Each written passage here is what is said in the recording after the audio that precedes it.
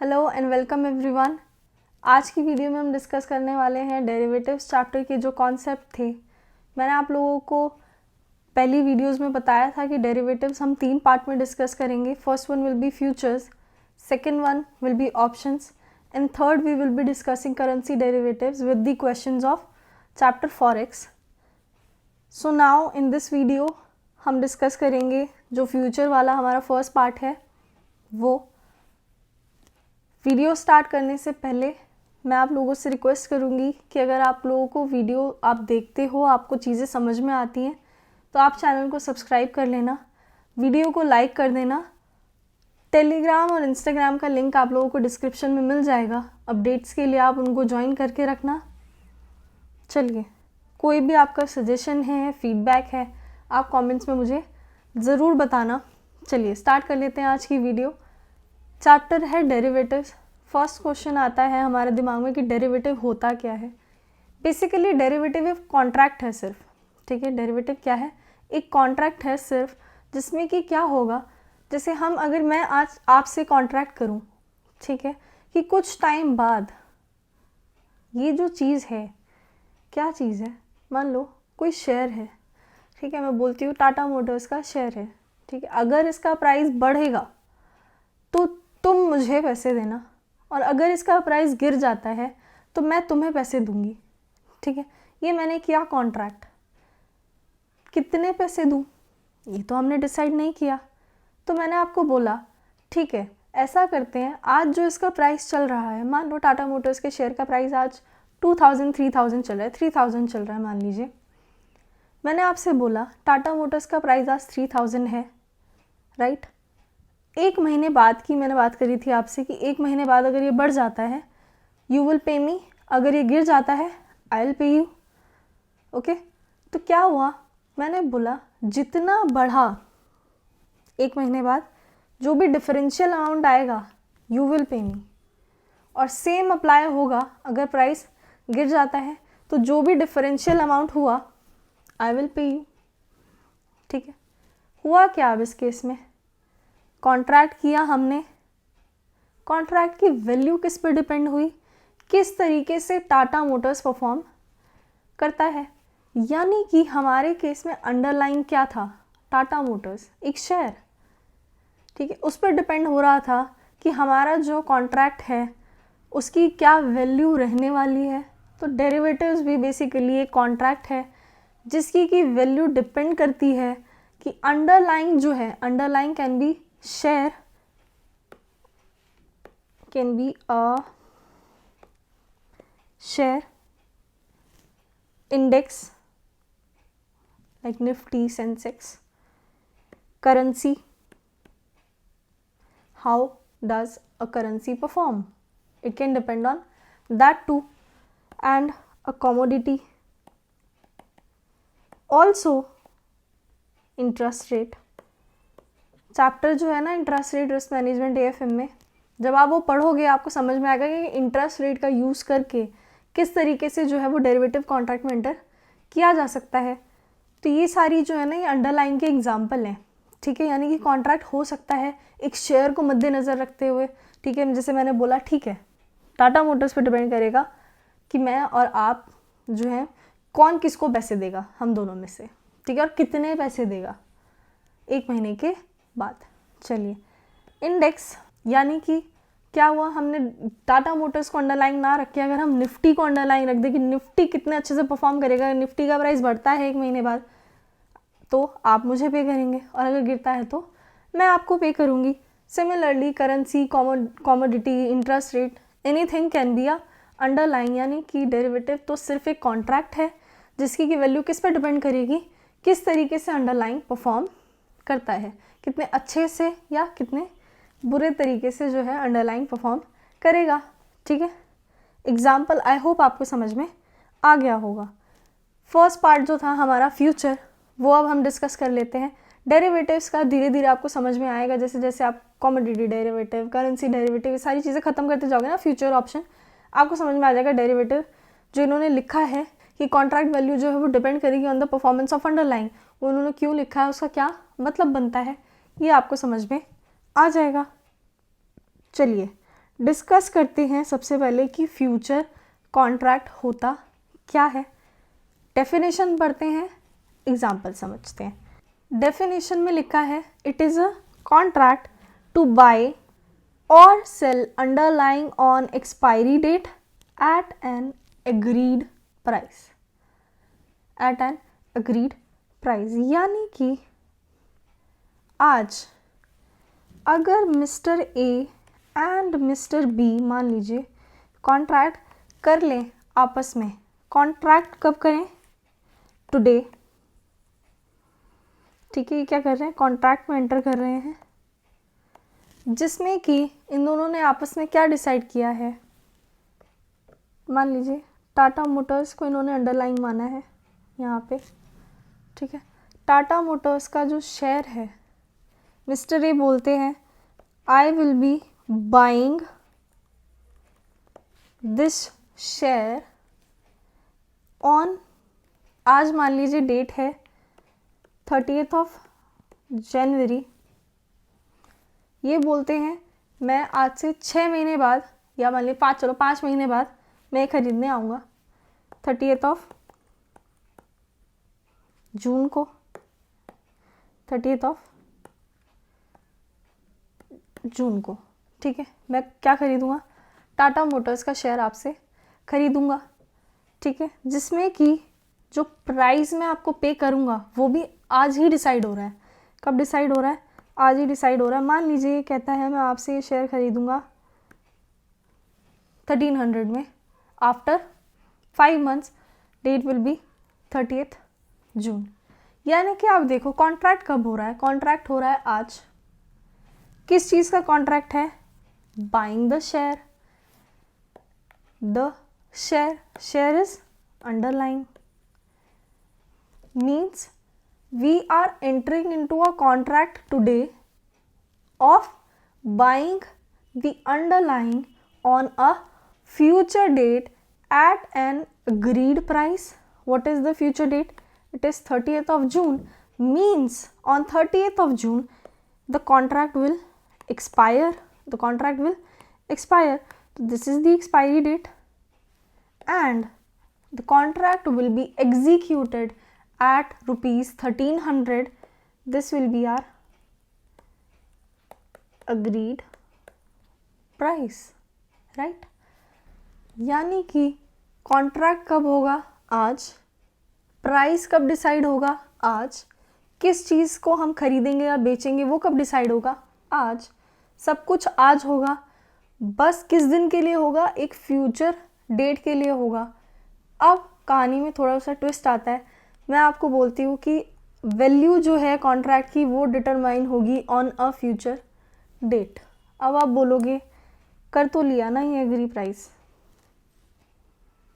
हमने तो price agree कर लिया था, तो कॉन्ट्रैक्ट की वैल्यू तो 1300 होनी चाहिए। तो मैं आपसे सिर्फ इतना बोलूँगी कि 1300 जो है ये एक एग्रीड प्राइस था कि हम इस प्राइस पे टाटा मोटर्स का शेयर जो है हम खरीद लेंगे। बट एक्चुअल में फ्यूचर कॉन्ट्रैक्ट में होता क्या है? ये चीज़ें मैंने सिर्फ आपको समझ में आई कि फ्यूचर कॉन्ट्रैक्ट होता क्या है इसलिए बोली। अब आप समझिए फ्यूचर कॉन्ट्रैक्ट जो है ना, जिसमें मैंने बोला कि मैं बाय करूँगी या सेल करूँगी ऑन अ फ्यूचर डेट, उसमें एक्चुअली में डिलीवरी नहीं होती है।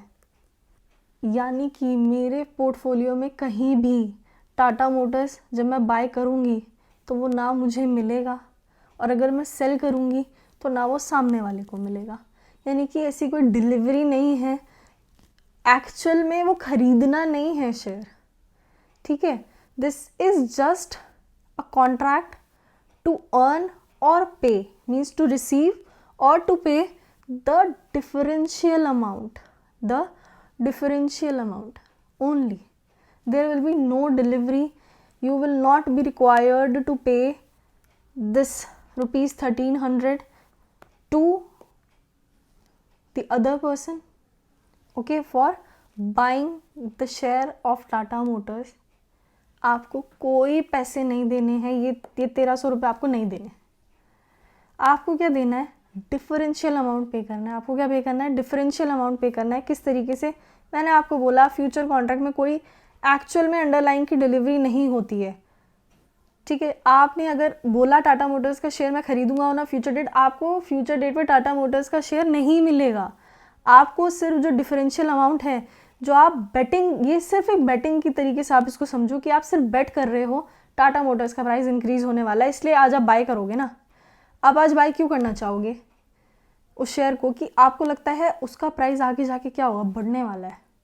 ठीक है, तो आज ही कम प्राइस में डिसाइड कर देता हूँ कि मैं 5 महीने बाद जो टाटा मोटर्स का शेयर है वो 1300 में खरीदूंगा, बट मेरी एक्चुअल जो एक्सपेक्टेशन है उस टाटा मोटर्स के शेयर को लेके, मुझे ऐसा लगता है कि 5 महीने बाद वो उसका प्राइस 1500 रुपये होगा। मान लीजिए ऐसा हुआ भी, मिस्टर ए ने जो कॉन्ट्रैक्ट किया था मिस्टर बी के साथ, वो एक फ्यूचर कॉन्ट्रैक्ट था जिसमें कि मिस्टर ए ने मिस्टर बी से क्या बोला था, एग्रीड प्राइस रखा था 1300, बाइंग का कॉन्ट्रैक्ट था।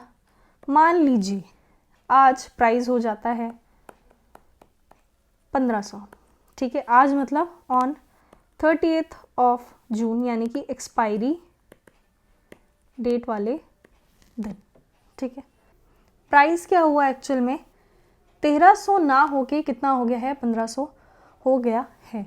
मैंने बोला डिलीवरी इसमें एक्चुअल में होगी नहीं, सिर्फ मिस्टर ए की तरफ से एक बैटिंग थी जिसमें कि वो क्या बोलना चाहते थे, ठीक है I will by this at the price of 1300, क्योंकि उनकी एक्सपेक्टेशन थी कि टाटा मोटर्स का प्राइस आगे जाके कुछ ज़्यादा ही होगा।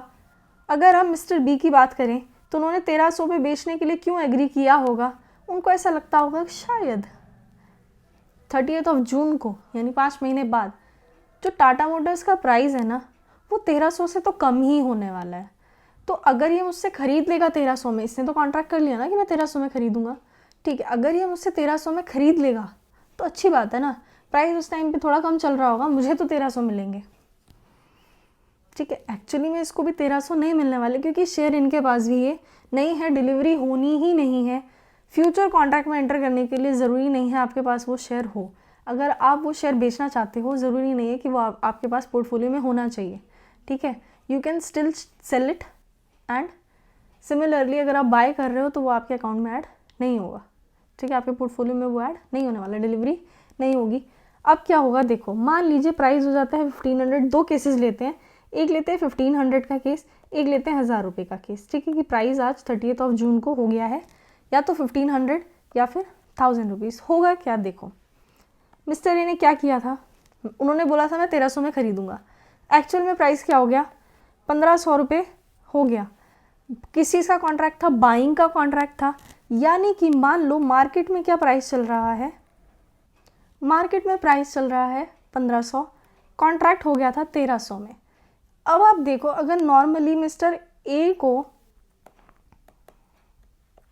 ये कॉन्ट्रैक्ट, अगर मिस्टर ए के पॉइंट ऑफ व्यू से अगर हम देखें तो क्या होगा, मिस्टर ए ने बोला है कि वो बाय करेंगे 1300 में, वो बाय करेंगे किस में, 1300 में, यानी कि इनका कॉन्ट्रैक्टेड प्राइस तो फिक्स हो ही गया ना। कॉन्ट्रैक्टेड प्राइस जो है वो तो फिक्स हो गया है 1300। एक्चुअल में अगर ये मार्केट में फिर ये बाय करके अगर इसे सेल करें मार्केट में, तो प्राइस क्या चल रहा है, 1500, यानी कि मिस्टर ए का कितना फ़ायदा हुआ, 200 रुपये का फ़ायदा हुआ। फ्यूचर कॉन्ट्रैक्ट में क्या होता है, अब जो मिस्टर बी हैं उन्हें कोई शेयर नहीं ट्रांसफ़र करना, उन्हें कोई ये 1300 रुपये नहीं मिलने वाले, ना मिस्टर ए को वो 1300 रुपये पहले पे करने हैं और फिर 1500 में उसे बेचना है, ऐसा कुछ नहीं करना उन्हें। सिंपली जो 200 रुपये का फ़ायदा है, जो अपसाइड डिफरेंस आ रहा है, वो मिस्टर बी पे करेंगे किसको, मिस्टर ए को। यानी कि फर्स्ट केस जो है ये 1500 वाला, इसमें mister B will pay ₹200 to mister A. इन्होंने सिर्फ शर्त लगाई थी कि प्राइस 1300 फिक्स करा इन्होंने। ठीक है, इन्होंने बोला 1300 पे मैं तुमसे बाय करूँगा, प्राइस क्या हो गया, 1500 हो गया। ठीक है, एक्चुअल में डिलीवरी होनी नहीं है। अगर एक्चुअल में डिलीवरी होती तो क्या होता, ये 1300 में इससे ख़रीदते, मार्केट में 1500 में बेच देते। हम क्या बोल रहे हैं, इसमें फ़ायदा होता 200 रुपये का। ठीक है, डिलीवरी होनी नहीं है, तो सिर्फ जो आज एक्चुअल में इन्हें फ़ायदा जो सिर्फ अपसाइड डिफरेंस है ना, सिर्फ वो ही रिसीव होगा फ्रॉम मिस्टर बी। ठीक है, मान लीजिए प्राइस हो जाता है 1000, तो अब क्या है, मिस्टर ए ने क्या बोला था, 1300 में खरीदूंगा, ये कहा था ना 1300 में खरीदूंगा। अब मिस्टर बी को अगर एक्चुअल डिलीवरी हो रही होती तो मिस्टर बी क्या करते, मिस्टर बी क्या करते, वो 1000 रुपये में तो मार्केट से खरीदते क्योंकि प्राइस क्या चल रहा है 1000 रुपये, और 1300 में मिस्टर ए को बेच देते। फ़ायदा कितना होता उन्हें, 300 रुपये का। एक्चुअल में डिलीवरी होनी नहीं है, एक्चुअल में डिलीवरी नहीं होनी, सिर्फ बेटिंग थी कि 1300 से प्राइस ऊपर जाएगा या 1300 से प्राइस नीचे जाएगा, ये बेटिंग थी। फ़ायदा किसका हुआ, डाउन साइड डिफरेंस में फ़ायदा हो गया मिस्टर बी को, कितना, 300 रुपये का। नाउ ये वाला जो केस है इसमें mister A will pay ₹300 to mister B. समझ गए आप लोग, यानी कि एक्चुअल में कोई डिलीवरी नहीं होती है किसी भी शेयर की, कोई डिलीवरी नहीं होनी है। कोई कमोडिटी डेरिवेटिव कुछ भी खरीद लो, इसमें कोई डिलीवरी का कुछ वो पॉसिबल ही नहीं है डिलीवरी होना, कि हम बोले फ्यूचर में हम इतने प्राइस पे खरीदेंगे और एक्चुअली में आपके जो पोर्टफोलियो है उसमें वो शेयर ट्रांसफ़र करे जाएं, ऐसा नहीं होता। सिर्फ क्या है, upside difference, down side difference, receive या फिर पे करने का कॉन्ट्रैक्ट ये है। आप लोगों को आई होप समझ में आया होगा कि अगर कॉन्ट्रैक्ट बाइंग का है, देखो जो बाइंग कॉन्ट्रैक्ट किया था ना मिस्टर ए ने, ठीक है, और सेलिंग कॉन्ट्रैक्ट किया था किसने, मिस्टर बी ने, ठीक है। अगर इन्होंने बाइंग कॉन्ट्रैक्ट किया था तो मिस्टर ए को हम बोलते हैं, इनकी पोजीशन क्या थी, लॉन्ग पोजीशन थी, क्या बोलते हैं, लॉन्ग पोजीशन थी। और मिस्टर बी जिन्होंने सेलिंग का कॉन्ट्रैक्ट किया था उनकी पोजीशन कैसी थी, शॉर्ट पोजीशन थी इन द मार्केट, यानी इन्होंने क्या किया था, शॉर्ट पोजीशन ली थी और मिस्टर ए ने लॉन्ग पोजीशन ली थी। चलिए बात कर लेते हैं होता क्या है। अगर उन्होंने बाइंग का कॉन्ट्रैक्ट किया है, इनकी एक्सपेक्टेशन क्या होगी कि जो एग्रीड प्राइस है इससे प्राइस क्या होगा, ज़्यादा रहने वाला है, यानी 1300 ना रह के प्राइस क्या होगा, 1300 से कुछ ज़्यादा होगा। हमारे केस में 1500 हो गया था, फर्स्ट केस में 1500 हो गया था, तो इन्हें कितने पैसे मिले थे, 200 रुपये। यानी कि इनका क्या कॉन्ट्रैक्ट, इन्होंने क्या सोचा, अपसाइड जो डिफरेंस है, अपसाइड डिफरेंस रिसीव करने के लिए इन्होंने ये कॉन्ट्रैक्ट में एंटर किया होगा कि 1300 से जितना भी प्राइस ऊपर जाएगा वो मुझे मिल जाएगा। सिमिलरली मिस्टर बी ने किस लिए कॉन्ट्रैक्ट किया होगा, सेकंड केस पे आ जाते हैं, कि 1300 से प्राइस क्या होगा, कुछ कम होगा। कितना प्राइस हो गया था हमारे पास, 1000 रुपीज़, ठीक है। इन्हें क्या हो रहा था फिर, 300 रुपये रिसीव हो रहे थे, यानी इन्हें क्या डिफरेंस रिसीव हो रहा था, डाउन साइड डिफरेंस रिसीव हो रहा था, ठीक है। या तो ये इसको इस तरीके से लिखेंगे कि अपसाइड डिफरेंस रिसीव हो रहा होगा, या इनको क्या करना पड़ेगा, डाउन साइड अगर डिफरेंस आ गया, डाउन साइड डिफरेंस अगर आ गया तो ये क्या कर रहे थे, ये रिसीव कर रहे थे तो मिस्टर ए पे कर रहे होंगे, एंड वाइस वर्सा अगर डाउन साइड डिफरेंस ना आके अपसाइड डिफरेंस आ गया तो मिस्टर ए रिसीव कर रहे थे एंड पे कौन करेगा, मिस्टर बी। यानी कि basically this is a contract to for mister A I am talking, this is a contract to receive the upside difference or to pay the downside difference, and for Mr. B it is the contract to receive the downside difference and to pay the upside difference, right? चलिए एक बार आप read कर लीजिए जो future contract के बारे में ये लिखा हुआ है, ठीक है, कि बाय को हम लॉन्ग पोजीशन बोलते हैं, सेल को शॉर्ट पोजीशन बोलते हैं। एक बार ये जो डेफिनेशन है एक बार आप पढ़ लीजिए, इसके बारे में थोड़ा सोचिए कि आपको चीज़ें समझ में आई या नहीं आई। Upside difference, down side difference, क्यों मिस्टर ए को रिसीव हुआ मिस्टर बी को नहीं हुआ, क्यों मिस्टर बी को रिसीव हुआ मिस्टर ए को पे करना पड़ा इन द सेकंड केस। अगर आपको चीज़ें पता है कि बाय करने पे क्या होगा, सेल करने पे क्या होगा, आपको समझ में आ जाएगा।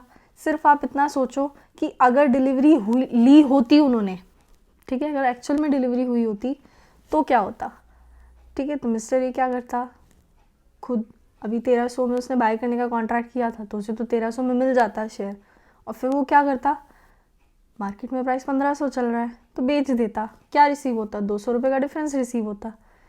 एक्चुअल में डिलीवरी तो नहीं होनी, तो क्या होगा, जो इसका एक्चुअल जो अपसाइड डिफरेंस आ रहा था हमारा 200 रुपये, वो अब इसे रिसीव होगा फ्रॉम मिस्टर बी। अगर आपको ये चीज़ इस तरीके से समझनी है, आप इस तरीके से ही समझिए कि एक्चुअल में डिलीवरी होती तो क्या होता। अब मिस्टर बी की तरफ से अगर आप सोचोगे तो वो क्या करता, यहाँ से अब उसको 1300 में बेचना है, ठीक है, 1300 में बेचना है तो वो क्या करेगा, पहले मार्केट से ख़रीदेगा, मार्केट में प्राइस चल रहा है 1500, ठीक है, मार्केट से 1500 में ख़रीदेगा, 1300 में मिस्टर ए को बेचेगा, नुकसान कितना, 200 रुपये का। सिर्फ वो 200 रुपये ही आपस में वो सेटल कर लेंगे। वो 200 रुपये किसको दे देंगे, मिस्टर ए को दे देंगे, जो कि उन्हें एक्चुअल में अगर डिलीवरी होती तो भी उन्हें वो 200 का ही फ़ायदा होता, और अगर एक्चुअल में इन्हें डिलीवरी करनी होती मिस्टर बी को तो इनको भी नुकसान भी 200 रुपये का ही होता। तो वो 200 रुपये का जो फ़ायदा और नुकसान है यही बस ये आपस में सेटल करेंगे। इसके अलावा इन्हें कुछ भी एक्स्ट्रा करने की ज़रूरत नहीं है, ना इन्हें डिलीवरी देनी है ना लेनी है, यानी डिलीवरी तो पॉसिबल होती ही नहीं है फ्यूचर कॉन्ट्रैक्ट के अंडर। आई होप आप लोगों को फ्यूचर कॉन्ट्रैक्ट क्या होता है और ये सारी चीज़ें समझ में आ गई होंगी। मार्जिन रिक्वायरमेंट समझने के लिए आप लोग अज्यूम करिए, मान लीजिए कोई बायर है या सेलर है, जैसे हमने पिछले एग्जाम्पल में mister A and mister B को रखा था। मान लीजिए mister A and mister B हैं, ये क्या थे, बायर थे of this future contract, and ये क्या थे, मान लीजिए सेलर थे फॉर दिस फ्यूचर कॉन्ट्रैक्ट। तो क्या भरोसा है इनका that they will show up on that future date, कोई भरोसा नहीं है। मान लीजिए मिस्टर ए के लिए कंडीशन फेवरेबल अगर हुई, ठीक है, तो मिस्टर ए तो ज़रूर आएंगे और फ्यूचर डेट पे क्या करेंगे, पैसे मांगेंगे। एंड मिस्टर बी के लिए अगर कंडीशन अनफेवरेबल रही तो वो तो नहीं आने वाले ना, ठीक है। यानी पर्सन सिर्फ कब शो अप करेगा, जब बिल्कुल उसके लिए कंडीशन फेवरेबल होंगी।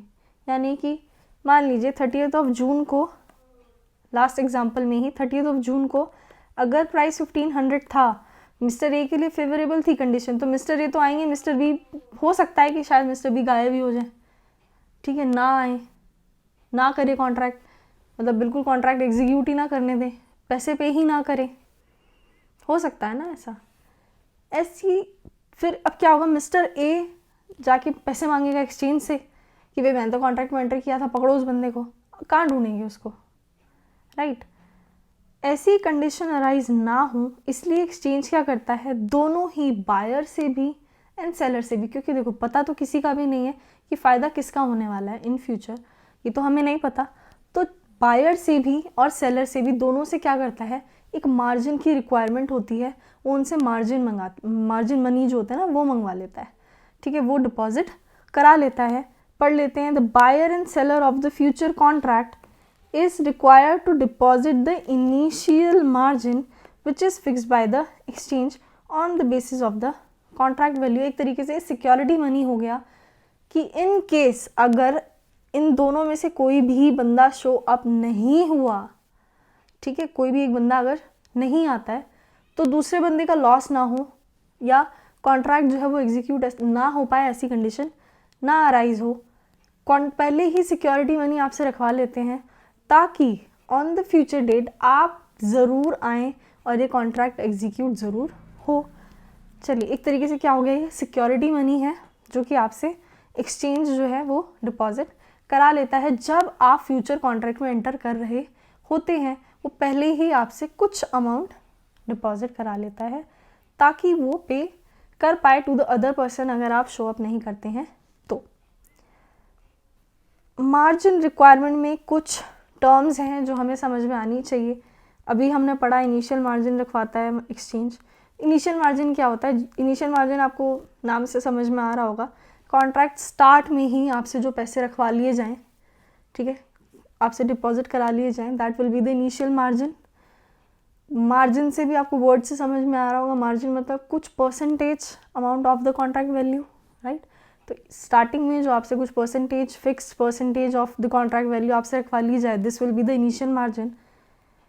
अगर आप इंडेक्स में एंटर करते हो, ठीक है, जो इंडेक्स है वो है आपका अंडरलाइंग, अगर तो आपके लिए फॉर्मूला अलग है of calculating the initial margin. And अगर आपका अंडरलाइंग स्टॉक है तो आपके लिए फॉर्मूला अलग है of calculating the initial margin. Formula क्या है? Average daily absolute change in the contract value, यानी कि average daily absolute change in the contract value means daily basis पे जैसे आपकी कॉन्ट्रैक्ट वैल्यू चेंज होती जाती है उसका क्या करा उन्होंने एवरेज निकाला है। वो अमाउंट तो आपको डिपॉजिट करना ही है, प्लस आपको क्या डिपॉजिट करना होता है 3 times of the standard deviation. Standard deviation को फिलहाल आप चेंज जो है वो मान लो कि स्टैंडर्डली कितना डेविएट होती है वैल्यू, ठीक है, वो आप समझ लो। स्टैंडर्ड डेविएशन एक्चुअल में क्या होता है इन डिटेल हम समझ लेंगे पोर्टफोलियो चैप्टर में। फिलहाल आप क्या बोलेंगे, एवरेज डेली, मतलब डेली जो भी चेंज आ रहे हैं कॉन्ट्रैक्ट वैल्यू में उसका क्या किया उन्होंने एवरेज आउट करके आपको क्वेश्चन में गिवन होगा डेली बेसिस पे जी एवरेज ये है, डेली बेसिस पे जो चेंज आ रहा है कॉन्ट्रैक्ट वैल्यू में उसका एवरेज ये है, ये तो आपको डिपॉजिट करना ही है। And 3 times of the standard deviation आपको डिपॉजिट करना होता है। स्टॉक के केस में ये 3 की जगह 3.5 टाइम्स आपको डिपॉजिट करना पड़ता है इनिशियल मार्जिन। अदरवाइज या तो फॉर्मूला इसका लग रहा होगा या फिर आपको मार्जिन का परसेंटेज दिया होगा कि 20% मार्जिन है, स्टार्टिंग में 20% क्या है मार्जिन है, कॉन्ट्रैक्ट वैल्यू का 20% आपको डिपॉजिट करना पड़ेगा at the start of the contract. यानी इनिशियल मार्जिन आपकी क्या हो सकती है, या तो आपका एवरेज डेली एब्सोल्यूट जो चेंज है उसका फॉर्मूला लग रहा होगा तो आपका ऊपर वाला फॉर्मूला लगेगा। अदरवाइज इंडेक्स और स्टॉक दोनों ही केस में कॉन्ट्रैक्ट वैल्यू के लिए अगर आपको परसेंटेज ऑफ इनिशियल मार्जिन दिए तो ये तो निकालना और भी आसान हो गया कि कॉन्ट्रैक्ट वैल्यू से सीधा परसेंटेज मल्टीप्लाई करके हम लोग आंसर निकाल पाएंगे of initial margin. Minimum maintenance margin क्या होती है, नाम से समझ में आ रहा होगा कि मिनिमम इतनी मार्जिन तो मेंटेन होनी ही चाहिए। मान लीजिए जैसे क्या होता है स्टॉक की वैल्यू होती है ना वो डेली चेंज होती रहती है, आपको पता होगा ट्रेड अगर आप करते होंगे वैल्यू क्या होती है डेली बेसिस पे चेंज होती रहती है ऑन द ट्रेड डेट। तो जिस हिसाब से चेंज होगी कॉन्ट्रैक्ट वैल्यू उस हिसाब से चेंज होती जाएगी, जिस हिसाब से आपका अंडरलाइन की वैल्यू चेंज होती होगी उसी हिसाब से आपकी कॉन्ट्रैक्ट की वैल्यू भी चेंज हो जाती होगी, राइट। तो जितना वो चेंज हो के वैल्यू क्या होती होगी, या तो आपकी इनिशियल मार्जिन जो है एक्चुअल में आपकी क्या होगी, देखो कॉन्ट्रैक्ट वैल्यू ऐसा हो सकता है आपकी जो कॉन्ट्रैक्ट वैल्यू है ये चेंज होगी या तो बढ़ गई होगी या कम हो गई होगी, दोनों में से कुछ भी हो सकता है। उसका जो मिनिमम अमाउंट है वो मेंटेन होना चाहिए। मान लीजिए आपको इनिशियल मार्जिन बोली थी 20,000 मेंटेन करने के लिए, ठीक है, 20,000 मेंटेन करने के लिए हमने ये फॉर्मूला से निकाला होगा। मान लो 2 लाख का था, हमारी कॉन्ट्रैक्ट वैल्यू कितनी थी 2 लाख थी, 10% हमें बोला था इनिशियल मार्जिन आपको मेंटेन करनी है, कितना आ गया 20,000 रुपये इनिशियल मार्जिन का अमाउंट आ गया, ठीक है जी 20,000 रुपये इनिशियल मार्जिन हमें दी हुई है। मिनिमम मेंटेन करने के लिए हमें बोला क्या 16,000, क्या बोला हमें 16,000 आपको मिनिमम आपके जो मार्जिन अकाउंट है उसमें 16,000 तो होने ही चाहिए। इनिशियल मार्जिन भले कितनी है 20,000 है, 16,000 आपके मार्जिन अकाउंट में होने चाहिए। हो सकता है आज चेंज हो के वैल्यू जो है जब आप क्वेश्चन करोगे आपको समझ में आएगा कि चेंज किस तरीके से रिफ्लेक्ट करता है इन द मार्जिन अकाउंट। मान लो आपकी शेयर की वैल्यू जो है वो गिर गई, ठीक है, शेयर की वैल्यू गिरी तो कॉन्ट्रैक्ट की वैल्यू भी मान लो आपकी चेंज हो के वैल्यू आ गई है 15,000 पे ऑन सम डेट। अब क्या हुआ, मिनिमम कितना मेंटेन करने के लिए कहा था 16,000, वैल्यू कितनी आ गई है यहाँ पे इनिशियल मार्जिन का जो अकाउंट था हमारा, जो हमारा मार्जिन अकाउंट था उसका बैलेंस कितना आ चुका है 15,000, मिनिमम कितना चाहिए 16,000 तो चाहिए। तो ये क्या है 16,000 इस केस में क्या हो गया हमारे लिए मिनिमम मेंटेनेंस जो बैलेंस है ऑफ द मार्जिन, ये हमारे लिए हो गया 16,000। यानी कि इस केस में इनिशियल मार्जिन हमने क्या बोला 20,000 इनिशियल मार्जिन थी, 20,000 क्या थी इनिशियल मार्जिन थी, मिनिमम मेंटेन करने के लिए हमें बोला था 16,000। देखो जी minimum balance of margin account to be maintain at any time. Share की वैल्यू कम होने की वजह से, शेयर की वैल्यू चेंज होने की वजह से जो हमारा क्या कहते हैं मार्जिन अकाउंट था उसका बैलेंस जो है वो चेंज होता जाता है। मान लीजिए बैलेंस हो के 15,000 अगर आ गया तो मिनिमम मेंटेन कितना करना था 16,000 करना था, यानी हमें पैसे और लाने पड़ेंगे, ऐड करने पड़ेंगे मार्जिन अकाउंट में।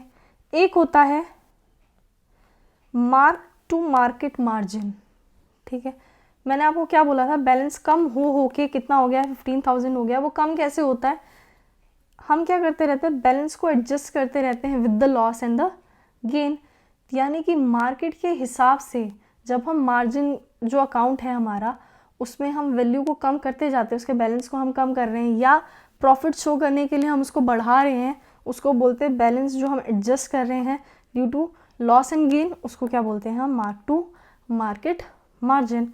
मार्जिन कॉल क्या होती है? मैंने अभी आपको बोला बैलेंस हो गया है 15,000, मिनिमम मेंटेनेबल कितना था? 16,000। तो हमें क्या करने पड़ेंगे? पैसे मंगाने पड़ेंगे, यानी कि पैसे डिपॉजिट करेगा जो भी बायर एंड सेलर होगा।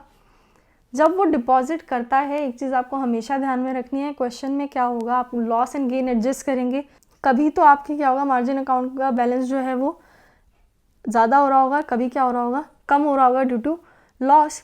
जब वो पैसे बढ़ रहे हैं मार्जिन अकाउंट में या कम हो रहे हैं, आप चेक करोगे मिनिमम कितना मेंटेन करना था, पता चला 16,000 मेंटेन करना था, बैलेंस आ चुका है ऑन सम डेट 15,000 का। अब आपको पैसे क्या करने पड़ेंगे? डिपॉजिट करने पड़ेंगे टू मेंटेन दैट। ठीक है, जब भी हमें पैसे डिपॉजिट करने हैं फॉर मेंटेनिंग, यानी मिनिमम बैलेंस से नीचे चला गया, now we have to maintain that balance. आप हमेशा जब भी पैसे आप डिपॉजिट करोगे, आपको ये बैलेंस 15,000 से 16,000 पे नहीं लाना, आपको बैलेंस मैच करना होता है विद इनिशियल मार्जिन। आपको किससे बैलेंस मैच करना होता है? With the initial margin. यानी कि आपको पैसे कितने लाने पड़ेंगे? 15,000 बैलेंस है, आपको 1,000 नहीं लाने हैं, आपको बैलेंस कितना लाना है? 20,000 माइनस 15,000, यानी कि 5,000 रुपये अब आपको और डालने पड़ेंगे। Now you have to take the balance to the initial margin वाला बैलेंस। चलिए पढ़ लेते हैं मार्जिन कॉल के बारे में क्या लिखा है। When the balance falls below the minimum maintenance margin, then trader needs to bring that balance to the initial margin, not to the minimum maintenance margin। ये चीज़ भूल जाते हैं, गलत कर देते हैं क्वेश्चन में, पूरा क्वेश्चन गलत हो जाता है। क्वेश्चन में ऐसा कुछ भी नहीं होता, प्रॉफिट आ रहा होता है, अमाउंट इंक्रीज हो रहा होता है, अंडरलाइन का गिर रहा होता है, लॉस हो रहा होता है, जो भी चीज़ हो रही होती है उससे हम मार्जिन में इफेक्ट दिखा रहे होते हैं उसका। और सिंपली जैसे ही बैलेंस नीचे आता है, हम क्या करते हैं? मिनिमम मेंटेनेंस मार्जिन जितना, यानी कि 15,000 को 16,000 बनाने के लिए पैसे जमा कराते हैं, ना कि 15,000 को 20,000 बनाने के लिए पैसे जमा कराते हैं। और वहाँ पे वो क्वेश्चन गलत हो जाता है पूरा का पूरा। क्वेश्चन मुश्किल नहीं है, हम लोग याद नहीं रखते चीज़ें, इनिशियल मार्जिन जितना मेंटेन करना पड़ता है। MCQ में भी ये क्वेश्चन दिया हुआ था, ठीक है, आपको याद रखना है। चेक करने के लिए तो बैलेंस होना चाहिए मिनिमम मेंटेनेबल मार्जिन जितना, बट अगर पैसे मंगाने पड़ गए, यानी अगर उससे नीचे आ गया अमाउंट, अब पैसे मंगाने हैं तो इनिशियल मार्जिन जितने ही मंगाने हैं। ये सिर्फ चेकिंग पर्पस के लिए है, इसका और कोई काम नहीं है। चलिए नेक्स्ट टॉपिक हमारे पास है स्क्वायरिंग ऑफ फ्यूचर कॉन्ट्रैक्ट, यानी कि एग्जिट करना है फ्यूचर कॉन्ट्रैक्ट से। कैसे एग्जिट कर सकते हैं वो चीज़ समझनी है हमें इसमें। जैसे अगर मान लीजिए किसी ने फ्यूचर कॉन्ट्रैक्ट किया था ऑफ बाइंग, तो हम उसे बोलते हैं कि उन्होंने फ्यूचर बाय किया था। क्या किया था? फ्यूचर बाय किया था। अगर किसी ने फ्यूचर बाय किया है, now he wants to exit this position, तो वो क्या करेगा? यही जो फ्यूचर उसने बाय करने का कॉन्ट्रैक्ट किया था, सेम फ्यूचर वो क्या कर देगा? सेल कर देगा किसी और को। क्या कर देगा? सेल कर देगा किसी और को। Now what does same future, मैंने क्या बोला? वो जो सेम फ्यूचर है वो सेल कर देगा किसी और को। सेम फ्यूचर का मतलब है same underlying with the same expiry date. यानी कि अगर मिस्टर ए ने कॉन्ट्रैक्ट किया था बाय करने का टाटा मोटर्स के शेयर 30 जून को, यानी कि इन्होंने क्या किया था? फ्यूचर बाय किया था। Now he wants to square off this position, this means he wants to exit this position. What will he do? He will be selling the same future of the underlying Tata Motors, which is having the same expiry date of 30th June. मान लीजिए जैसे किसी ने delivery ली है, ठीक है, delivery में उन्होंने क्या किए थे? बाय किए थे shares. Now he wants to exit this position, तो वो क्या करेंगे, यही शेयर सेल कर देंगे, तो पोजीशन से एग्जिट हो गए, स्क्वायर ऑफ हो गई उनकी पोजीशन। इसी तरीके से अगर फ्यूचर कॉन्ट्रैक्ट है जो उन्होंने बाय किया था, now he wants to exit this position, तो वो क्या करेंगे, ये जो उन्होंने फ्यूचर बाय किया था सेम फ्यूचर वो क्या करेंगे, सेल कर देंगे। सेल करेंगे, पोजीशन क्या हो गई, एग्जिट हो गई। कब कर सकते हैं वो सेल, या तो जो एक्सपायरी डेट है 30 जून इस दिन या इससे पहले, ठीक है, या तो 30 जून से पहले सेल कर दो या 30 जून को सेल कर दो, आपकी पोजीशन क्या हो जाएगी, आप उस कॉन्ट्रैक्ट से एग्जिट कर पाएंगे। राइट, पढ़ लेते हैं। If you have the existing position as you have bought the future, you have to sell the same future at any time on or before expiry date for exiting or for squaring off the position. If you have future sale and now you wants to exit this position, आप क्या करेंगे, उल्टा। अगर आपने cell का contract किया था, आप एग्जिट करना चाहते हो इस कॉन्ट्रैक्ट से, तो आप क्या करोगे, बाय का कॉन्ट्रैक्ट कर लोगे ऑन और before expiry date, same future means same underlying and having the same expiry date. एक बार फिर भी मैं यहाँ पे लिख देती हूँ, फ्यूचर मीन्स, ये जो सेम फ्यूचर वर्ड हमने लिखा है इसका मतलब क्या है, सेम अंडरलाइंग। यानी अगर आपका अंडरलाइंग टाटा मोटर्स था जब आपने फ्यूचर बाय किया था, जब आप फ्यूचर सेल करने जाओगे टाटा मोटर्स ही अंडरलाइन होनी चाहिए उस फ्यूचर कॉन्ट्रैक्ट की भी जिसे आप सेल कर रहे हैं, with the same expiry date. जो आपकी ऑलरेडी बाय कॉन्ट्रैक्ट वाला जो आपने किया था, बाय फ्यूचर आपने किए थे, उसमें जो एक्सपायरी डेट थी, जो अंडरलाइन थी, वही होनी चाहिए। क्वेश्चंस आप करोगे, आपको ज़्यादा अच्छे से स्क्वायर ऑफ जो है वो समझ में आ जाएगा। लॉट साइज का मतलब क्या होता है, फ्यूचर कॉन्ट्रैक्ट जो होते हैं ना वो लॉट्स उसमें डिसाइडेड होते हैं, जैसे कि एक लॉट में कितने यूनिट्स आएंगे। अंडरलाइन जो है क्या होता है, 50 यूनिट्स आएंगे, एक लॉट में कितने आएंगे, 50 यूनिट्स आएंगे, means 50 shares of Tata Motors, या कुछ भी चीज़ है, कॉमोडिटी है तो 50 kgs में होगा, राइट। 50 kgs का एक लॉट है, एक लॉट तो आप लोगे, एक लॉट तो आप लोगे, उसमें एक शेयर नहीं आएगा। एक लॉट 50 शेयर्स का है, आपको वो एक लॉट पूरा का पूरा लेना पड़ेगा if you want to enter the contract. आप ज़्यादा भी ले सकते हो, 2, 3, 4, 5 जो भी आपको लेने हैं वो ले सकते हो, लेकिन एक शेयर को लेके आप एक फ्यूचर कॉन्ट्रैक्ट नहीं कर सकते। लॉट साइज फिक्स होता है कि आपको एक लॉट लेना पड़ेगा और एक लॉट में 50 शेयर्स जो हैं वो आएंगे, यानी 50 यूनिट्स होंगी उस शेयर की, ठीक है। एक्चुअल में डिलीवरी तो होनी नहीं है, सिर्फ एक डिफरेंशियल अमाउंट पे होना है, बट वो डिफरेंशियल अमाउंट के लिए भी आपको 50 यूनिट्स ऑफ दैट अंडरलाइन आपको वन लॉट में लेना पड़ेगा, ठीक है। यानी कि लॉट साइज भी कुछ होता है फ्यूचर कॉन्ट्रैक्ट में जब हम एंटर करते हैं, तो इस तरीके से हमें दिया होता है कि लॉट साइज जो है आपका वो है 50 यूनिट्स, 75 यूनिट्स, यानी कि एक लॉट में 50 यूनिट्स आपको लेनी पड़ेंगी ऑफ दैट अंडरलाइन। चलिए, और लॉट साइज के अकॉर्डिंग ही हम ये चीज़ डिटरमाइन कर पाते हैं कि हमें कितने नंबर ऑफ कॉन्ट्रैक्ट्स लेने पड़ेंगे। क्वेश्चन करेंगे, ये छोटी छोटी चीज़ें हैं, अब वहाँ पे जब आप नोट करेंगे ना ये चीज़ें किस तरीके से हेल्प कर रही हैं, किस तरीके से ये चीज़ का यूज़ होगा, आपको चीज़ें ऑटोमेटिकली बहुत अच्छे से क्लियर हो जाएंगी। बात करते हैं open interest of future. It is an important topic क्योंकि MCQ में ये चीज़ पूछी जाती है, कितना ओपन एक्सपोजर अभी है, कितने ओपन इंटरेस्ट अभी है, ठीक है।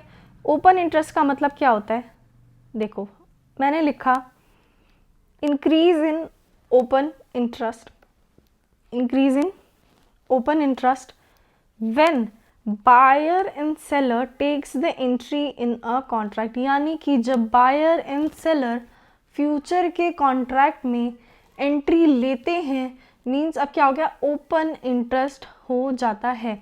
जैसे कि मान लीजिए एक कोई कॉन्ट्रैक्ट है ऑफ ABC लिमिटेड के शेयर्स हैं, ठीक है। ये शेयर्स को बाय करने का कॉन्ट्रैक्ट किया है मिस्टर ए ने एंड मिस्टर बी ने। मिस्टर ए ने क्या किया है, बाय करा है, एंड मिस्टर बी ने सेल का कॉन्ट्रैक्ट किया है। जब ये दोनों एक बार एंटर हुए तो ये क्या हो गया, ओपन इंटरेस्ट। इसको क्या बोलते हैं, open interest. Now when the buyer and the seller both enters into a contract, it is increase in the open interest in the market. Fine. And when we are saying there is no change in open interest, उसका मतलब क्या होगा, मैंने अभी आपसे कहा था square of करना है तो क्या करना पड़ेगा, अपोजिट कॉन्ट्रैक्ट में एंटर करना पड़ेगा, राइट। मान लीजिए इस केस में मिस्टर ए जो है ना वो क्या करते हैं, मिस्टर ए स्क्वायर ऑफ कर लेते हैं अपनी पोजीशन, कॉन्ट्रैक्ट डेट से पहले ही एग्जिट कर रहे हैं, यानी किसी से उन्होंने क्या किया होगा, सेल कर दिए होंगे। फ्यूचर कॉन्ट्रैक्ट क्या कर दिया होगा, सेल कर दिया होगा, किसी के साथ फ्यूचर सेल का कॉन्ट्रैक्ट कर लिया होगा, ठीक है। पोजीशन से क्या हो गए, एग्जिट हो गए। मान लीजिए मिस्टर सी थे जिनके साथ इन्होंने ये सेलिंग का कॉन्ट्रैक्ट किया था, मिस्टर ए ने मिस्टर सी से कॉन्ट्रैक्ट किया, यानी कि इन्होंने सेल किया तो मिस्टर सी ने बाय किए होंगे ना ये वाले फ्यूचर्स। जिस फ्यूचर का पहले बायर कौन था, मिस्टर ए, अब उस फ्यूचर का बायर कौन हो गया, मिस्टर ए की जगह मिस्टर सी, क्योंकि मिस्टर ए ने वो सेल कर दिया किसको, मिस्टर सी को, ठीक है।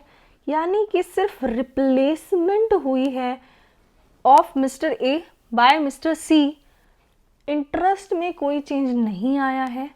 अभी भी there is one buyer and a seller of the future contract, right. This means there is no change in open interest. अब जब हमने समझ लिया इंक्रीज इन ओपन इंटरेस्ट कब है और no change in open interest कब है, अब हम समझ लेते हैं if there is decrease in open interest कब बोलेंगे हम। मान लीजिए अब हम क्या सोच रहे होंगे कि जैसे कि मिस्टर ए हैं और मिस्टर बी हैं, इनमें से कोई एक पर्सन एग्जिट कर रहा था, ठीक है, एक पर्सन एग्जिट कर रहा था तो उसकी पोजीशन कोई तीसरा बंदा ले रहा था, ठीक है। ओपन इंटरेस्ट में कोई भी चेंज नहीं आ रहा था, एक ही बायर था, एक ही सेलर, फिर से हो गया, मतलब रिप्लेस हो रही थी party, but open interest same रहा था, ठीक है। ओपन इंटरेस्ट में कोई चेंज नहीं आया था। यानी कि अगर अब मिस्टर ए चले जाएं या मिस्टर बी चले जाएं कोई फ़र्क नहीं पड़ेगा, रिप्लेस हो जाएगा। मिस्टर सी अगर आ गए, यहाँ आ जाएंगे वो मिस्टर सी। मान लीजिए ए एग्ज़िट नहीं करना चाहता, बी एग्ज़िट करना चाहता है, उसकी जगह मिस्टर डी आ जाएंगे, राइट। तो कोई फ़र्क इस चीज़ से, इन दोनों में से कोई एक अगर एग्ज़िट कर रहा है तो ओपन इंटरेस्ट में इस चीज़ का तो कोई फ़र्क नहीं पड़ रहा।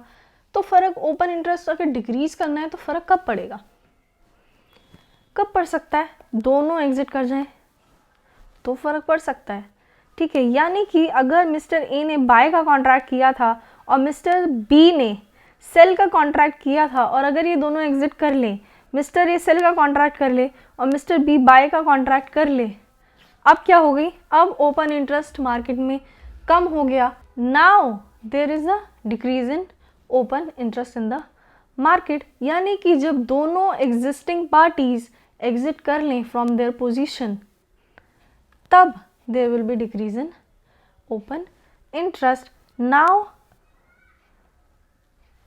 again एक बार डिस्कस करते हैं, इंक्रीज कब होगा, when both the parties enters into a future contract। Decrease कब होगा, जब दोनों एग्जिट कर लें यानी स्क्वायर ऑफ कर लें अपनी पोजीशंस। और कब चेंज नहीं होगा, जब इन दोनों में से कोई एक पर्सन ही एग्जिट कर रहा है। क्यों, ऐसा क्यों हो रहा है, क्योंकि दूसरा पर्सन फिर उसकी जगह ले लेगा, कोई और पर्सन उसकी जगह ले लेगा और पोजीशन सेम ही रहेंगी। ओपन इंटरेस्ट जो है एटलीस्ट वो सेम ही रहेगा, एक बाय का कॉन्ट्रैक्ट रहेगा और एक सेल का कॉन्ट्रैक्ट रहेगा ही रहेगा, यानी एक बायर और एक सेलर दोनों रहेंगे, इसलिए there will be no change in open interest. एक बार अगर आप पढ़ना चाहें तो आप ये तीनों पढ़ सकते हैं। चलिए नेक्स्ट टॉपिक हमारे पास है delivery of underlying under future contract. अब आप बोलोगे ये तो कॉन्ट्राडिक्ट कर रहा है आपकी स्टेटमेंट कि फ्यूचर कॉन्ट्रैक्ट में डिलीवरी होती ही नहीं है। ऐसा नहीं है, एक्चुअली में ये जो टॉपिक है ये सिर्फ इसलिए है कि अगर आपको एक्चुअल में डिलीवरी चाहिए ऑन द फ्यूचर डेट। तो फ्यूचर कॉन्ट्रैक्ट से तो आपको डिलीवरी नहीं मिल सकती, बट ऐसा नहीं है कि अगर आपको डिलीवरी चाहिए आगे जाके तो आप अभी फ्यूचर कॉन्ट्रैक्ट में एंटर नहीं करो, राइट।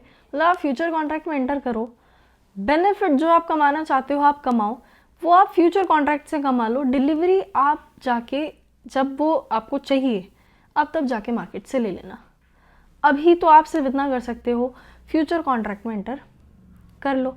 यानी कि मान लीजिए अगर आपको गोल्ड ख़रीदना है आफ्टर 2 मंथ्स, ठीक है, तो वो सिर्फ आपको इतना कह रहा है कि आप एक तो 2 महीने बाद गोल्ड ख़रीदने का फ्यूचर कॉन्ट्रैक्ट एंटर कर लो, ठीक है। एक तो क्या करो, 2 महीने बाद गोल्ड ख़रीदने के लिए फ्यूचर कॉन्ट्रैक्ट में आप एंटर कर लो, और जब आपको एक्चुअल में 2 महीने बाद गोल्ड चाहिए, ठीक है, तो आप जाके गोल्ड मार्केट से ख़रीद लेना। बेनिफिट आपको सिर्फ इतना हो जाएगा कि अगर मान लीजिए आप फ्यूचर में एंटर क्यों करना चाह रहे होंगे, क्योंकि आपको ऐसा लग रहा है कि फ्यूचर में गोल्ड का प्राइस क्या हो जाएगा, कुछ ज़्यादा ही इंक्रीज़ हो जाएगा, ठीक है। तो आप क्या करो, आप फ्यूचर कॉन्ट्रैक्ट में एंटर कर लो, और जो भी अपसाइड डिफरेंस है आप कमा सकते हो फिर, क्योंकि आप बाय कॉन्ट्रैक्ट में हो, ठीक है। बाय में क्या बोला था मैंने, अपसाइड जो डिफरेंस होता है वो आप अर्न करते हो, ठीक है। तो वो कहता है आप फ्यूचर कॉन्ट्रैक्ट में एंटर कर लो, जो अपसाइड डिफरेंस है वो आप फ्यूचर कॉन्ट्रैक्ट से कमा लो, ठीक है। डिलीवरी आप एक्चुअल जो प्राइस चल रहा होगा मार्केट में उससे ही जाकर ले लेना।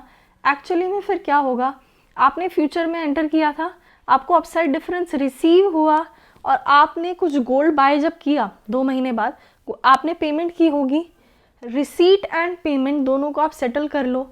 कुछ अमाउंट तो आपका फ्यूचर में गोल्ड खरीदने के लिए कम हो ही गया ना, मतलब कुछ आपको पेमेंट तो आपको उतनी करनी ही पड़ी मार्केट में, जो आपको करनी थी वो तो आपको करनी ही पड़ी टोटल, बट आपको फ्यूचर कॉन्ट्रैक्ट में भी तो कुछ अमाउंट रिसीव हो गया था, वो भी तो इस गोल्ड के लिए ही था ना, राइट। तो आपका एक्चुअल में जो गोल्ड का प्राइस पड़ा आपको वो तो कम ही हो गया ना, ठीक है। यानी कि अगर आपको डिलीवरी चाहिए तो आप ऐसा कर सकते हो कि आप फ्यूचर कॉन्ट्रैक्ट में एंटर कर लो, जो भी डिफरेंशियल अमाउंट है या तो आप कमा लो फ्यूचर कॉन्ट्रैक्ट से। ऐसा भी हो सकता है नुकसान हो जाए, बट अभी मैं यही बोल रही हूँ कि आप फ्यूचर में जो फ्यूचर कॉन्ट्रैक्ट है उसमें आप एंटर कर लो, आप डिफरेंशियल अमाउंट कमा लो, और जो आपको एक्चुअल में डिलीवरी चाहिए उस चीज़ की वो डिलीवरी आप मार्केट से ले लेना। नॉट ओनली गोल्ड, कुछ भी चीज़ हो सकती है, राइस, व्हीट, क्वेश्चन में कुछ भी दिया हो सकता है जो आप डिलीवरी एक्चुअल में जिसकी आपको चाहिए, बट आप फ्यूचर कॉन्ट्रैक्ट में भी एंटर कर रहे होंगे। यानी कि आपको 2 ही चीज़ें करनी होती है। पहली चीज़, आप फ्यूचर ख़रीदो, उसको सेटल करा लो, ठीक है। कभी भी करा सकते हो एक्सपायरी डेट पे, उससे पहले कभी भी आप उस फ्यूचर को जो है वो सेटल कर लो। और सेकंड चीज़, आप डिलीवरी ले लो कैश सेगमेंट में। कैश सेगमेंट का मतलब यहाँ पे क्या है कि आप मार्केट से जाके खरीद लो। बट सिंपली ये जो टॉपिक है ये इस चीज़ के ऊपर है कि अगर आपको एक्चुअल में डिलीवरी चाहिए फिर भी आप फ्यूचर कॉन्ट्रैक्ट में एंटर करना चाहते हो तो आप फ्यूचर कॉन्ट्रैक्ट में एंटर करो, उससे बेनिफिट कमाओ और एक्चुअल डिलीवरी आप ले लो। प्राइस तो आपको एक्चुअल डिलीवरी का फिर भी कम ही पड़ेगा, राइट। ऐसा भी हो सकता है ज़्यादा बढ़ जाए, यहाँ पे फ्यूचर कॉन्ट्रैक्ट में भी लॉस हो गया और आपको मार्केट में वो एक्चुअल प्राइस में जो चल रहा होगा उसी में ख़रीदना पड़ा।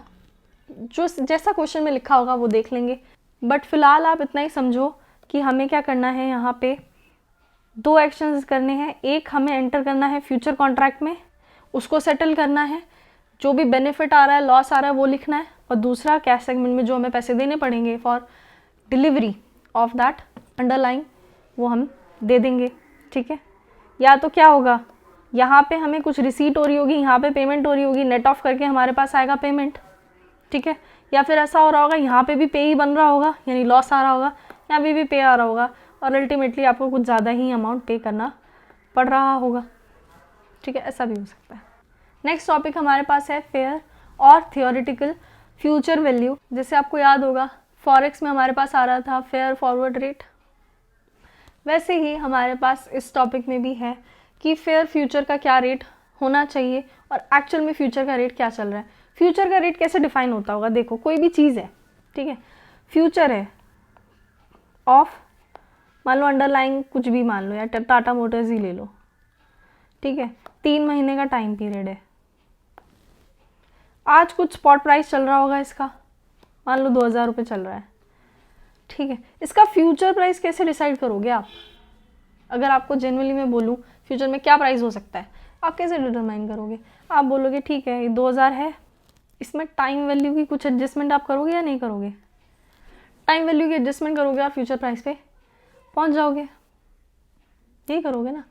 फ्यूचर का प्राइस कैसे डिटरमाइन कर सकते हो आप? आपके पास स्पॉट प्राइस होगा, आज का प्राइस होगा, उसको आप फ्यूचर वैल्यू में ले जाने के लिए आप टाइम वैल्यू एडजस्ट करेंगे एंड फ्यूचर के प्राइस पे पहुंच जाएंगे, ठीक है।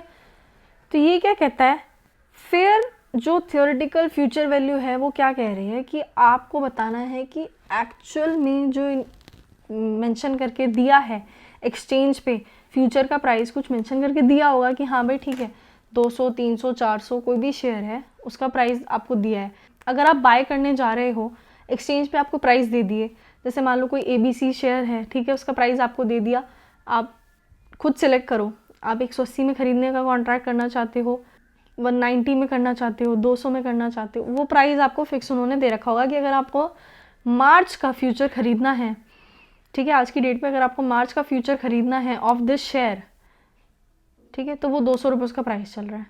वो जो प्राइस चल रहा है 200, ठीक है, वो तो क्या है एक्चुअल प्राइस हो गया फ्यूचर का जो मार्केट में चल रहा है आज की डेट पे। बट एक्चुअली में फ्यूचर का प्राइस क्या होना चाहिए, this means fair future value, यानी कि एक्चुअली में कंडीशंस के हिसाब से, सिचुएशन के हिसाब से क्या होना चाहिए और क्या एक्सचेंज ने मेंशन किया है। चलिए बात कर लेते हैं। लिखा है stock future, stock means shares, आप डिस्कस कर लो। आई होप आप लोगों को ये चीज़ शायद पहले पता होगी। जैसे कि कोई शेयर है उस पर उन्होंने क्या किया, डिविडेंड अनाउंस किया, ठीक है। तो एक तो होती है अनाउंसमेंट डेट, एक सेकेंड, एक होती है हमारे पास अनाउंसमेंट डेट, ठीक है, एक फिर होती है हमारे पास ex date and record date. मान लीजिए शेयर का price as on announcement date चल रहा था 25 रुपीज़। कितना चल रहा था? 25 रुपीज़ चल रहा था पर शेयर, ठीक है। एक्स डेट क्या होती है? रिकॉर्ड डेट से एक दिन पहले वाली डेट। रिकॉर्ड डेट मतलब जिस दिन ये चीज़ रिकॉर्ड कर ली जाएगी, जिस पर्सन के पास रिकॉर्ड डेट से एक दिन पहले, रिकॉर्ड डेट से एक दिन पहले शेयर था, जिन जिन लोगों के पास, उनको क्या मिलेगा? डिविडेंड मिल जाएगा। यानी कि इस दिन रिकॉर्ड होता है कि इस दिन से एक दिन पहले जिस बंदे के पास ये शेयर था उसे डिविडेंड रिसीव होगा, ठीक है। एक्स डेट कौन सी हो गई अब? एक्चुअली में वो दिन हो गया जिस दिन जिस बंदे के पास ये शेयर है उसे क्या मिलेगा? डिविडेंड रिसीव होगा। यानी कि एक्चुअली में क्या होता है, जैसे ही अनाउंसमेंट डेट वाले दिन शेयर का प्राइस था ₹25, एक्स डेट वाले दिन क्या होता है ना, हमें पता है रिकॉर्ड डेट पे जो एक्स डेट वाले बंदे हैं जिनके पास शेयर ऑलरेडी है, इन लोगों का नाम रिकॉर्ड हो जाएगा, इनको ही डिविडेंड मिलेगा। तो प्री ओपनिंग सेशन जो होता है ना उसमें ऑलरेडी, ठीक है, उसमें ऑलरेडी जो डिविडेंड का अमाउंट, मान लो इन्होंने ₹5 का डिविडेंड अनाउंस किया था, तो एक्चुअली में क्या होगा ना, शेयर का प्राइस डिविडेंड के अमाउंट से कम हो जाएगा, यानी कि ₹20 प्राइस हो जाएगा। फ़र्क बिल्कुल नहीं पड़ेगा इन लोगों को। ऐसा क्यों? देखिए एक्स डेट पे जिन जिन लोगों के पास ये शेयर है, एक्स डेट पे जिन जिन लोगों के पास ये शेयर होगा, ठीक है, उनका प्राइस गिर के कितना हो चुका है? 20। इस पे इस चीज़ की वजह से उनकी जो वेल्थ है, ठीक है, यानी 25 रुपीज़ पर शेयर उनका प्राइस था, कोई फ़र्क नहीं पड़ेगा। क्यों? 20 रुपये तो उनके शेयर का प्राइस हो गया, पर उनको 5 रुपये का डिविडेंड भी तो मिलेगा पर शेयर बेसिस पे, यानी कि उनके लिए तो वेल्थ पर शेयर 25 रुपीज़ ही रही, ठीक है। क्या होता है, जब भी डिविडेंड अनाउंस होता है, रिकॉर्ड डेट से एक दिन पहले ही, रिकॉर्ड डेट से एक दिन पहले ही, रिकॉर्ड डेट पे क्योंकि क्या होता है, एक दिन पहले जिन जिन बंदों के पास होगा शेयर, ठीक है, उनका नाम रिकॉर्ड कर लेंगे, वो उनको डिविडेंड दे दिया जाएगा। यानी कि उस दिन ही, एक्स डेट वाले दिन ही क्या होता है, रिकॉर्ड डेट से एक दिन पहले एक्स डेट वाले दिन क्या होता है, शेयर का प्राइस डिविडेंड अमाउंट से डिक्रीज हो जाता है। इसे हम बोलते हैं एक्स डिविडेंड प्राइस। क्या बोलते हैं, एक्स डिविडेंड प्राइस। एंड ये जो 25 था ऑन अनाउंसमेंट डेट, इसे हम बोलते हैं cum dividend price, which means inclusive of dividend, and ex dividend mean exclusive of dividend. चलिए बात कर लेते हैं, हमसे पूछा फेयर या थियोरेटिकल फ्यूचर वैल्यू क्या होनी चाहिए, तो हम बोलेंगे अगर शेयर है, शेयर में मैंने अभी बताया ये चीज़ें किसके लिए बताई मैंने, शेयर में डिविडेंड अनाउंस हुआ, शेयर के बारे में डिस्कशन हुआ, स्टॉक मीन्स शेयर, उसका अगर हमें निकालना है कि फ्यूचर वैल्यू क्या होनी चाहिए तो हम कैसे निकाल पाएंगे। वो कह रहा है एक्स डिविडेंड स्पॉट प्राइस आप लो, ठीक है, स्पॉट प्राइस लिया, मैंने क्या कहा था उसमें टाइम वैल्यू एडजस्ट करनी है। टाइम वैल्यू का मतलब क्या होता है, टाइम वैल्यू कैसे एडजस्ट करते हैं, इंटरेस्ट ऐड करके, इंटरेस्ट रेट होता है उस पर इंटरेस्ट ऐड करते हैं, जितने भी टाइम पीरियड का होता है टाइम पीरियड के लिए ऐड करते हैं, यही करते हैं ना, यही करना है, ठीक है। स्पॉट प्राइस उठाया, टाइम वैल्यू एडजस्ट की, पता चल गया फ्यूचर वैल्यू क्या होगी, वो हमारी फेयर फ्यूचर वैल्यू होनी चाहिए। एक्सचेंज भी ऐसे ही डिसाइड करता होगा, बट ऐसा हो सकता है कि दोनों में आपस में कोई डिफरेंस हो, जैसा हो रहा था इंटरेस्ट रेट पैरिटी थ्योरी में हो रहा था ना, हम निकालते थे फेयर फॉरवर्ड रेट, हो सकता है मार्केट में कुछ और दिया हो फॉरवर्ड रेट, बैंक कुछ और कोट कर रहा हो रहा था ना, आर्बिट्रेज गेन हो रहा था, इसमें भी आर्बिट्रेज का टॉपिक, और सेम उसमें भी यही चीज़ है कि अगर फेयर के हिसाब से, फेयर फ्यूचर वैल्यू के हिसाब से एक्चुअल में फेयर फ्यूचर वैल्यू जो चल रही है वो दोनों अलग अलग हैं, तो आर्बिट्रेज गेन हो सकता है, ठीक है। यानी कि सिंपली जैसे मैंने आपको बोला कि स्पॉट रेट होता है, उसमें हम टाइम वैल्यू एडजस्ट करते हैं और फ्यूचर वैल्यू पे पहुंचते हैं, इन्होंने सेम किया, एक्स डिविडेंड स्पॉट प्राइस उठाया, ठीक है, यानी डिविडेंड प्राइस को एक्सक्लूड करके जो स्पॉट प्राइस था वो उठाया, उसमें टाइम वैल्यू एडजस्ट की और फ्यूचर वैल्यू पे पहुंच गए।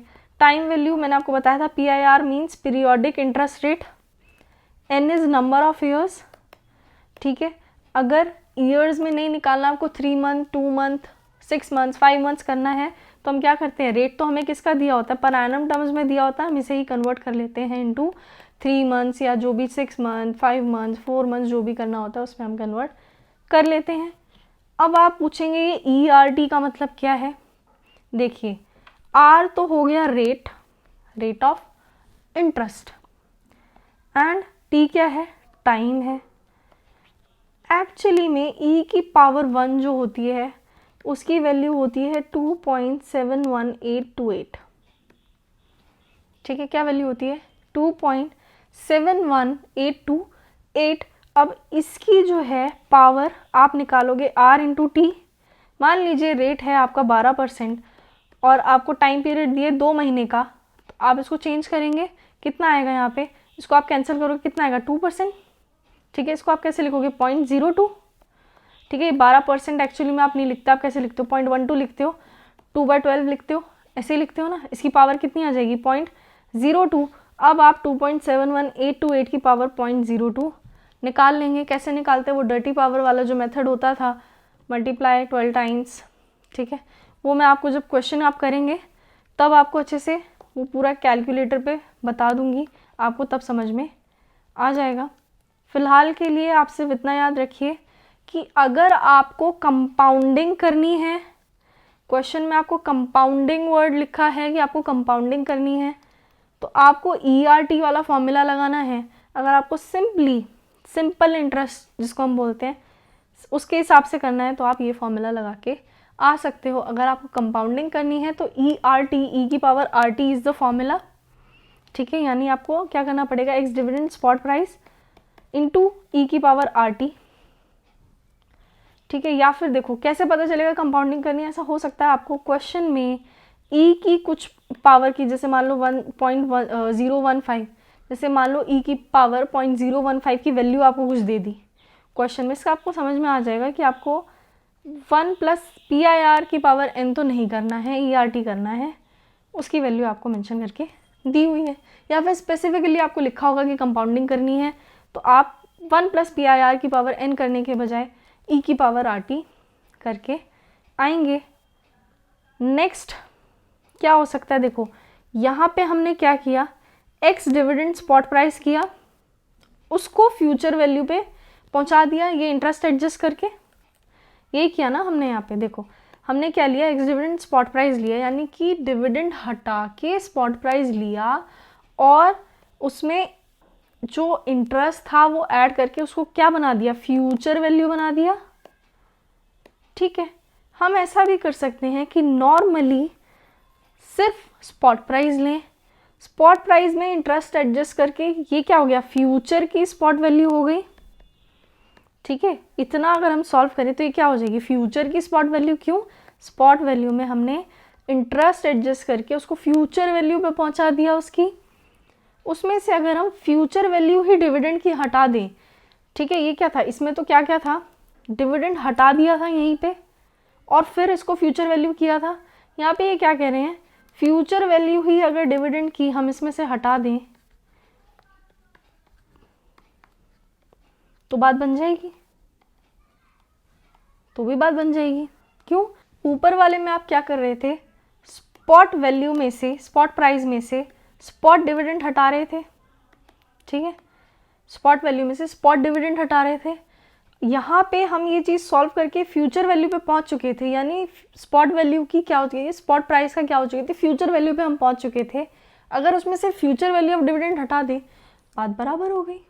ठीक है, ये भी हम कर सकते हैं। एक फॉर्मूला हमारे पास ये हो गया। ठीक है, चलिए नेक्स्ट हमें डिस्कस करना है इंडेक्स फ्यूचर के लिए सेम फिर फ्यूचर वैल्यू कैसे निकाली जाए। फॉर्मूला आप देख रहे होगे, आपको लग रहा होगा बिल्कुल सेम है, बट इसमें एक चीज़ डिफरेंट है।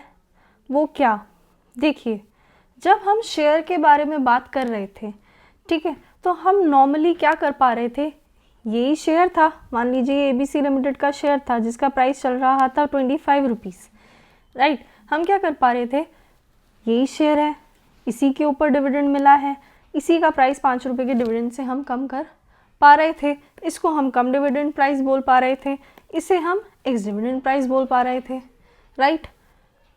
आप एक बात सोचो, अगर हम इंडेक्स का फ्यूचर खरीदें, इंडेक्स फ्यूचर मैंने आपको बताया था, इंडेक्स मीन्स निफ्टी, उसमें तो बहुत सारी कंपनीज होती हैं और उनमें से ऐसा भी हो सकता है कि कुछ कंपनीज ने डिविडेंड डिक्लेयर किया हो और कुछ कंपनीज ऐसी भी हो सकती है जिन्होंने डिविडेंड डिक्लेयर ना किया हो।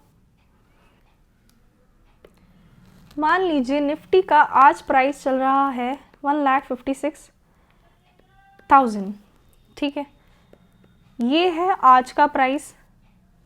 मान लीजिए डिविडेंड डिक्लेयर हुआ, क्या निफ्टी डिविडेंड डिक्लेयर करेगी, क्या निफ्टी डिविडेंड डिक्लेयर करेगी, इंडेक्स का मतलब निफ्टी है ना, तो निफ्टी तो डिविडेंड डिक्लेयर नहीं करेगी, डिविडेंड डिक्लेयर करेंगी जो निफ्टी के अंदर बहुत सारी कंपनीज है ना, वो डिविडेंड डिक्लेयर करेंगी। और उसमें भी ऐसा होगा कि कोई कंपनी डिविडेंड डिक्लेयर करेगी और कोई कंपनी ऐसी होगी जो डिविडेंड डिक्लेयर नहीं करेगी, किसी का कोई टाइम पीरियड होगा, किसी का कुछ टाइम पीरियड होगा, कुछ भी हो सकता है। यानी कि इतनी चीज़ तो मुझे क्लियर हो गई कि ये जो अमाउंट है 156,000 का, जैसे मैं यहाँ पे 25 में से 5 माइनस करके 20 पे पहुँच रही थी, यानी कम डिविडेंड में से डिविडेंड का अमाउंट माइनस करके एक्स डिविडेंड अमाउंट पे पहुँच रही थी, वो चीज़ मैं यहाँ तो नहीं कर पाऊँगी। ठीक है, अब मैं यहाँ पे करूँ कैसे, कैसे निकालूँ एक्स डिविडेंड प्राइस, क्योंकि यहाँ पे तो उन्होंने लिख दिया फॉर्मूला में एक्स डिविडेंड स्पॉट प्राइस चाहिए, मैं कैसे निकालूँ। मुझे क्या करना पड़ेगा, देखिए ये 156,000 मेरे पास प्राइस है, मैं क्या करूँगी, देखूँगी टोटल कितना डिविडेंड, टोटल कितना डिविडेंड किन किन कंपनीज ने दिया है, ठीक है, उसका टोटल करके मैं निकालूंगी कितना डिविडेंड परसेंटेज है, डिविडेंड परसेंटेज कितना आ रहा है with respect to this amount, with respect to this amount कितना डिविडेंड परसेंटेज आ रहा है, जिसे हम क्या बोलते हैं, डिविडेंड यील्ड। क्या बोलते हैं, क्या डिविडेंड यील्ड है जिस पर्सन ने इन्वेस्ट किया, ठीक है, जिस पर्सन ने इन्वेस्ट किया उसने पैसे कितने लगाए होंगे, 1,56,000, ठीक है। उसे डिविडेंड मिला होगा निफ्टी में, किसी कंपनी ने दिया होगा, किसी ने नहीं दिया होगा, ठीक है। वो तो क्या देखेगा, कितना टोटल मुझे डिविडेंड मिला और क्या मेरी इन्वेस्टमेंट थी। इन्वेस्टमेंट कितनी थी, 1,56,000, यानी कि हमें पता होना चाहिए डिविडेंड यील्ड ही निकलेगा ना इससे। अगर वो ये चीज़ परसेंटेज टर्म्स में निकाल ले कि उसे कितना टोटल डिविडेंड रिसीव हुआ आउट ऑफ दिस इन्वेस्टमेंट वाला अमाउंट, कितना उसे डिविडेंड रिसीव हुआ, क्या वो परसेंटेज डिविडेंड यील्ड पे पहुंच जाएगा? Answer is yes.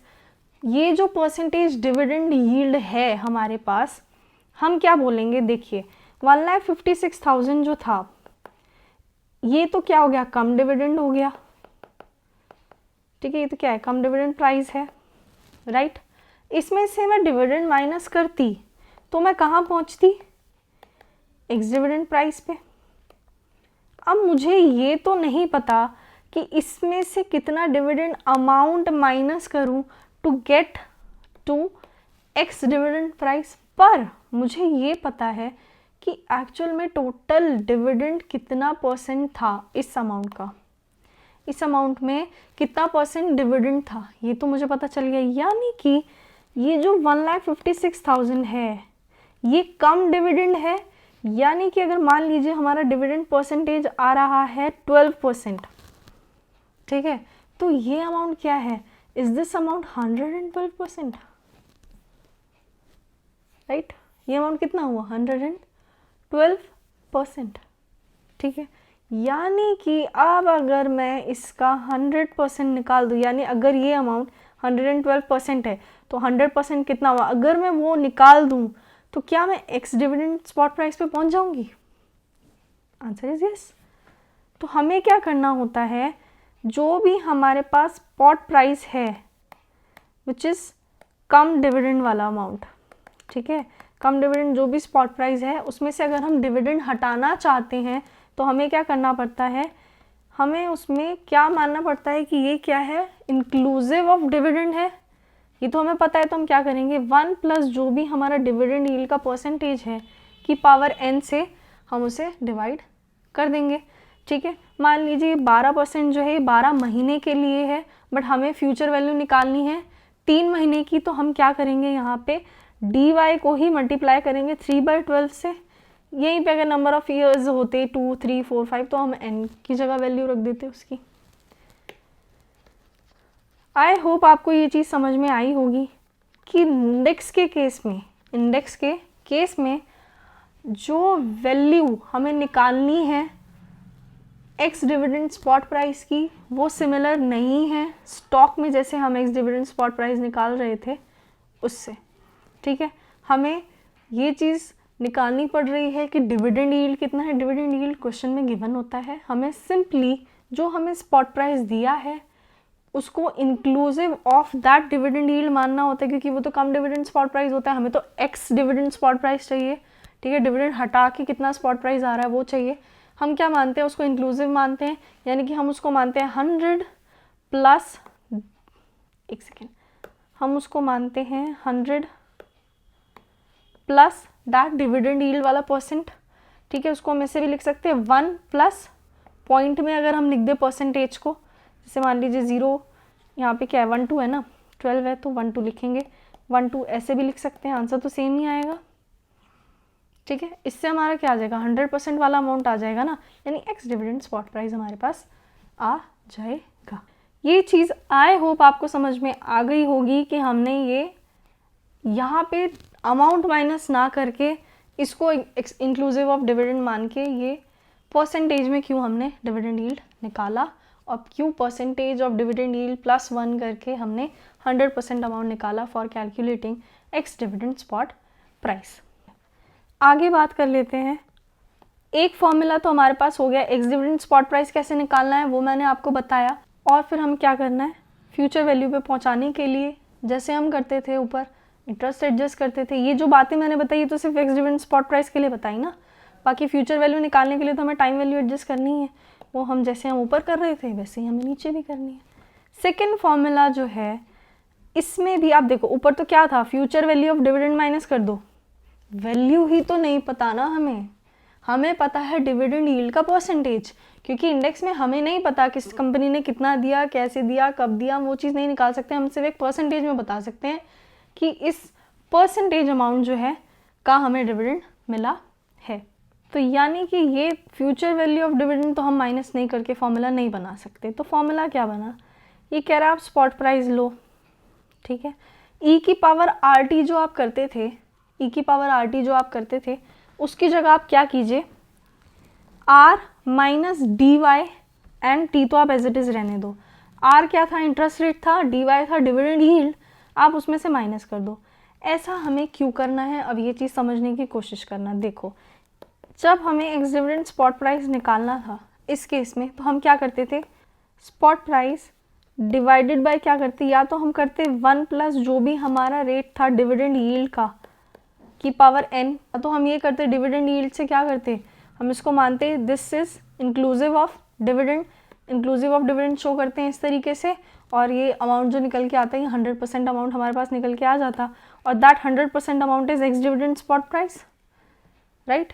या फिर अगर कंपाउंडिंग वाला निकालते, अगर हम कंपाउंडिंग वाला निकालते तो क्या करते, ई की पावर में डी वाई लेते और टाइम से एडजस्ट कर लेते, जैसे हम कर रहे थे ना, ई की पावर आर टी लिया था ना ऊपर, आर टी, तो आर की जगह तो क्या लेना है यहाँ पे, डी वाई लेना है। जैसे हमने पी आई आर की जगह डी वाई लिया है, सिमिलरली आर की जगह डी वाई लेना है, ठीक है।